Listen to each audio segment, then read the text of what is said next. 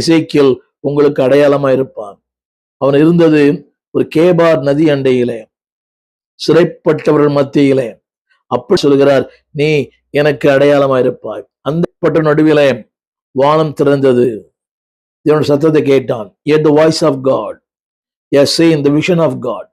வார்த்தையை கேட்டான், தரிசனத்தை பெற்றான். என்னை கேட்டுக்கொண்டு அன்புடைய பிள்ளையே, ஆண்டவர் சொல்லுகிற வார்த்தை, உங்களுக்கு ஒரு அடையாளத்தை தேவன் தந்திருக்கிறார். அதே அந்த யோனா கொடுக்கப்பட்ட அடையாளம் என்ன? மத்தேயு 12:40. யோனா இரவும் பகலும் 3 நாள் ஒரு பெரிய மீன் வயிற்றில் இருந்தது போல, மனுஷகுமாரனும் இரவும் பகலும் 3 நாள் பூமியின் இருதயத்தில் இருப்பார். என குறிப்பிட விரும்புகிற வார்த்தை என்னவென்றால், யோசித்து பாருங்கள், தன்னை யாரோடு ஒப்பிட்டு பேசுகிறார்? ஒரு யோனாவோடு. தயக்கமுள்ள மனிதன், கலக்கமுள்ள மனிதன், பின்மாறி போன மனிதன். இதுதான் ஆண்டவர். தூர போனாலும் உன்னை தேற்றுகிற ஆண்டவர், விழுந்து போனாலும் உன்னை தூக்கி விடுகிற ஆண்டவர், சோர்ந்து போனாலும் உன்னை இளைப்பாற பண்ணுகிற ஆண்டவர். ஆங்கிலத்தில் சொல்வார்கள், the friend of the fallen. விழுந்து போனவர்களுக்கு நண்பனாய் இருக்கிற ஒரு ஆண்டவர் இவர். யோசித்து பாருங்கள். அதாவது விழுந்து போன ஒரு மனிதன் தான், தயக்கம் நிறைந்த மனிதன், கலக்கம் நிறைந்த மனிதன், கேள்வி நிறைந்த ஒரு மனிதன், தன் சுய வழியை தேடின ஒரு மனிதன். ஆனால் தேவன் அவனோடு கூட தன்னை ஒப்பிட்டு சொல்லுகிறார். எத்தனை மேன்மை பாருங்கள். என் அன்பு தேவ பிள்ளையே, ஆண்டவரோடு ஒப்பிட்டு சொல்லுகிறார், என் பிள்ளையே. அதே யோவான் 21 பிள்ளைகளே பிள்ளைகளே.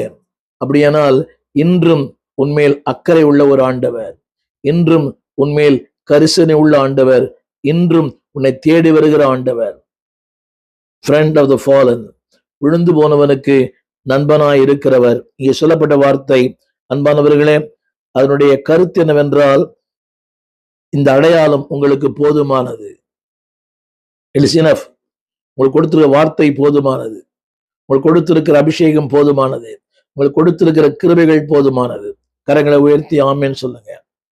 Don't compare with somebody. யாரோடு ஒருவரை ஒப்பிட்டுக் கொள்ள வேண்டாம். எனக்கு அது இல்லை, எனக்கு இது இல்லை, எனக்கு வரங்கள் இல்லை. இல்லை. வாட் காட் ஹஸ் given, உங்களுக்கு என்னத்தை கொடுத்தாரோ அதுல திருப்தியா இருங்கள். இருப்பதை கொண்டு சிறப்போடு வாழ கற்றுக்கொள்ளுங்கள். எனக்கு இருக்கிற வரம் இதுதான். என்னால் சிறப்பாய் பாட முடியவில்லை, என்னால் இசைக்கறி வாசிக்க முடியவில்லை மற்றவர்களைப் போல. அன்பானவர்களே, இன்றைக்கு நிறைய ஊழியக்காரன் பார்த்தீங்களா, ஹை ஜம்ப், லாங் ஜம்ப்லாம் பண்றாங்க. they are shouting, screaming. அது நம்மளால முடியல. தேவன் எதை தந்தாரோ, எனக்கு அதிகமான யோசிப்பது உண்டு.